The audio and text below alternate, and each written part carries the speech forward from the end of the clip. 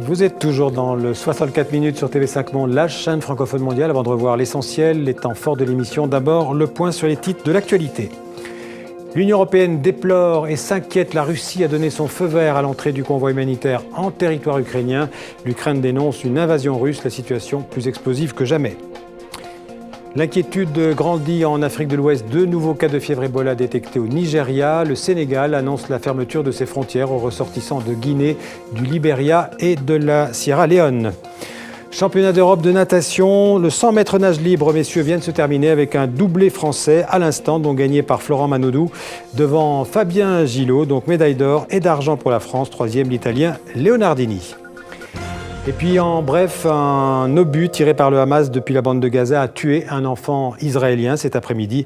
Le Premier ministre israélien Benjamin Netanyahou a prévenu tout à l'heure le Hamas qu'il payera cher cette attaque et la mort de cet enfant israélien. Comme promis, tout de suite, l'essentiel de ce monde en français, un résumé du 64 minutes préparé par Lourdes Matos et Astrid Lefebvre. Après une semaine d'attente, Moscou a soudain perdu patience et décidé unilatéralement de faire entrer son convoi présenté comme humanitaire. Pour l'Ukraine, il s'agit d'une invasion directe de la Russie sur son territoire. Moscou s'en défend. On respectait en général les humanitaires, les travailleurs humanitaires. On respectait davantage également les professionnels de santé. Et ça n'est plus le cas. On tire à nouveau sur des ambulances, on tire sur des hôpitaux. On l'a vu à Gaza très récemment. On ne respecte plus ce qui était une sorte de sanctuaire auparavant, qui était le soin apporté à des civils ou à des militaires. Barack Obama rêve d'une grande coalition. Il appelle les peuples et les gouvernements du Moyen-Orient à l'aider à lutter contre les djihadistes de l'État islamique. Il y a beaucoup de chrétiens qui veulent venir en France ou en Europe parce que c'est impossible de vivre entre les gens qui nous haïssent. Nous sommes humiliés, persécutés. Progressivement, les ponts sont coupés avec les principaux pays à risque sur le continent. D'autant que l'épidémie ne semble pas s'essouffler. Au Libéria, au contraire, elle est en pleine progression. De nouveaux cas ont été découverts pour la première fois dans le sud-est du pays. Cette zone à la frontière avec la Côte d'Ivoire était la seule épargnée jusqu'alors.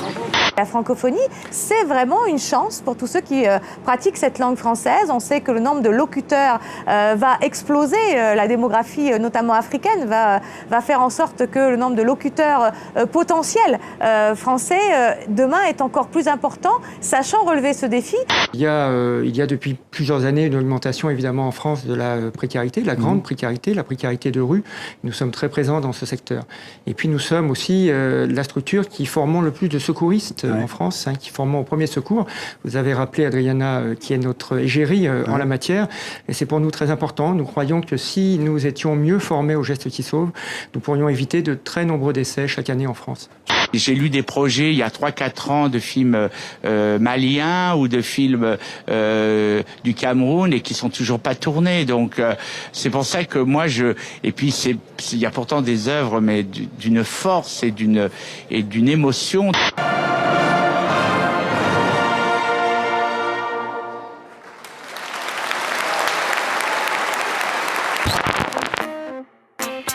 Voilà, n'oublions pas le dernier otage français, Serge Lazarevitch, détenu quelque part au Sahel depuis 1002 jours.